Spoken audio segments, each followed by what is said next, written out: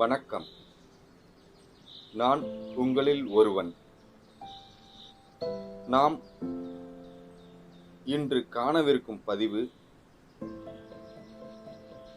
உங்கள் மனதில் அமைதியை ஏற்படுத்தும், மகிழ்ச்சியை உண்டாக்கும். நம்மை சுற்றி உள்ளதை கவனித்தால் அது போலவே மாறலாம். அதை பற்றிதான் நாம் இந்த பதிவில் காணவிருக்கிறோம்.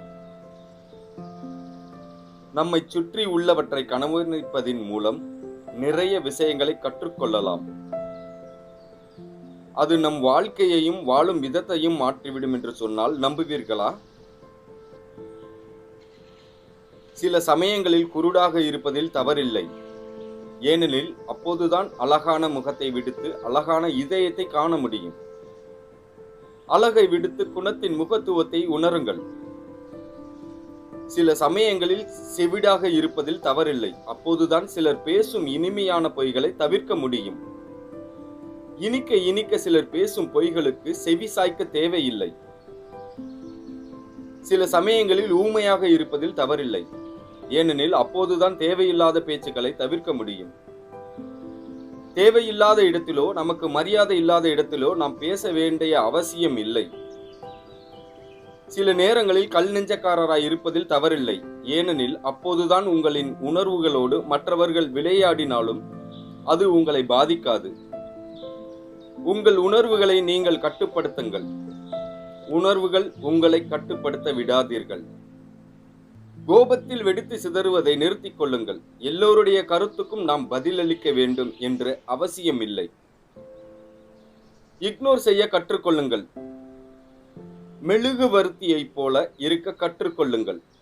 மெழுகுவர்த்தி எப்படி இருண்டு இருக்கும் அறைக்கு வெளிச்சம் கொடுத்து பிரகாசமாக்குகிறதோ அதே போல அடுத்தவர்களின் வாழ்வில் பிரகாசத்தை பரப்புங்கள். மரத்தை போன்று உயரமாக வளர்ந்து நில்லுங்கள். அப்போதுதான் யாராலும் உங்கள் வளர்ச்சியை தடுத்து நிறுத்த முடியாது. மரத்தை போலவே வளர்ந்து வாழ்க்கையில் பல உயரங்களை தொடுங்கள். ஆரஞ்சு ஜூஸில் இத்தனை ஆரோக்கிய நன்மைகளா? ஆற்றை போல தடைகளை உடைத்தெறிந்து விட்டு ஓட கற்றுக்கொள்ளுங்கள். அப்போதுதான் யாராலும் நீங்கள் உங்கள் இலக்கை அடைவதை தடுக்க முடியாது. உங்களுக்கு கட்டுப்பாடும் விதிக்க முடியாது. பறவையைப் போல இருக்க கற்றுக்கொள்ளுங்கள். அப்போதுதான் யாராலும் உங்களுக்கு எல்லைகள் விதிக்க முடியாது. நீங்கள் உயரே பறப்பதையும் தடுக்க முடியாது. பூக்களைப் போல இருக்க கற்றுக்கொள்ளுங்கள். இனிமையான, வண்ணமயமான, மகிழ்ச்சியான, அழகான, தூய்மையான குணங்களை வளர்த்து கொள்ளுங்கள். பூக்களைப் போல பிரகாசமாக இருங்கள். எறும்புகளைப் போல இருக்க கற்றுக்கொள்ளுங்கள். பாதையில் எத்தனை கற்கள், முற்கள் மற்றும் தடைகள் வந்தாலும் அதையெல்லாம் எதிர்கொண்டு வேலையிலேயே கண்ணும் கருத்துமாக இருங்கள்.